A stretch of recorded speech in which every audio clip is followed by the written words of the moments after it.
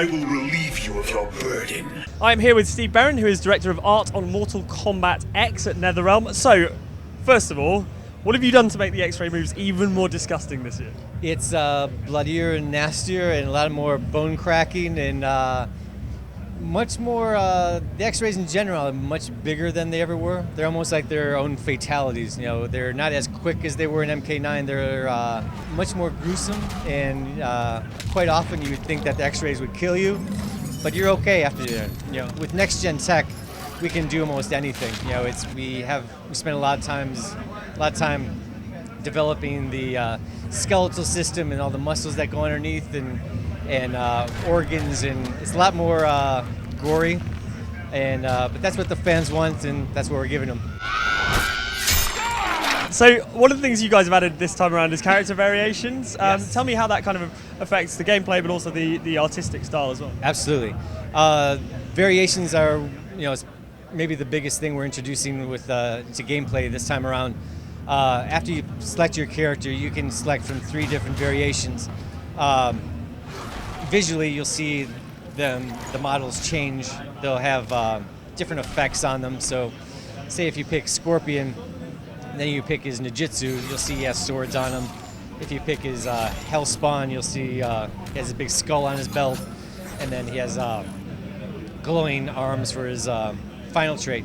So it's a new gameplay element that both the opponent and the player, you know, victim, the players have to be aware of, and every trait has a different style with it. So Scorpion's Ninjutsu style, you know, he has these swords on his back.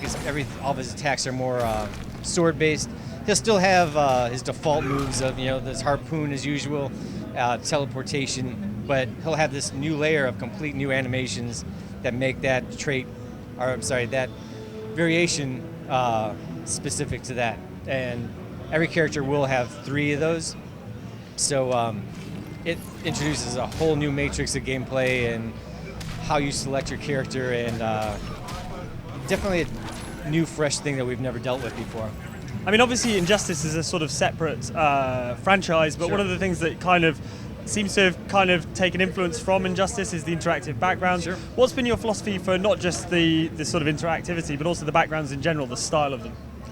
The backgrounds, I think the viewers will find out that they're much, besides the interactions, there's just a lot more life going on, a lot deeper, much more elaborate lighting with next gen. We can make it, you know, everything look real, and the background interactions I don't think are as maybe not as over the top as, you know, Injustice were, because, you know, you're dealing with Superman versus Scorpion. They both have their own powers, but every background has a ton of interactions that you can almost like stumble upon. There's a ton to mess with.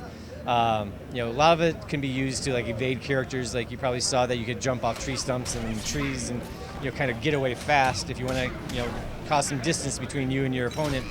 But then there's also things that you can pick up and, you know, break off a tree branch, crack it across your head. You can do more outrageous stuff, like in the marketplace. You can pick up an old lady, throw an old lady, and use her as an interactable. But quite a range you can do, but that's something fresh to Mortal Kombat.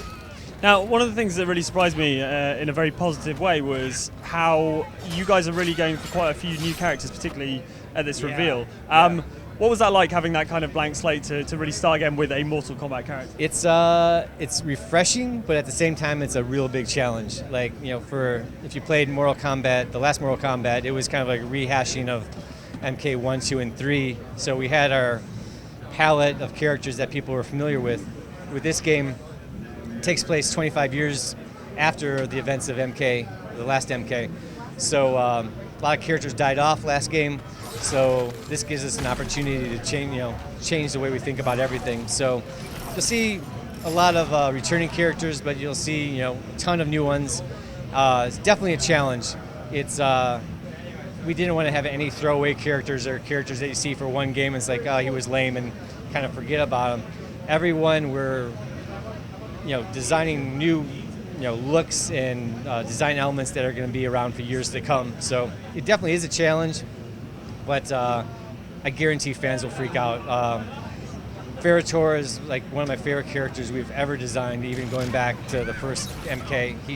He and his female companion make it a totally fresh new gameplay that's it's pretty crazy. You know, and that combined with the traits makes it really fresh. And then we also have probably the biggest announcement was Cassie Cage, who is the daughter of Johnny Cage and Sonya. So that kind of gives you a hint of potentially what the story can be about. But she's a cool character because she's kind of has the moves of Sonya, but then has more of the personality of Johnny Cage, where she's a little cocky, a little kind of a wise ass, but she's very cool and very fresh.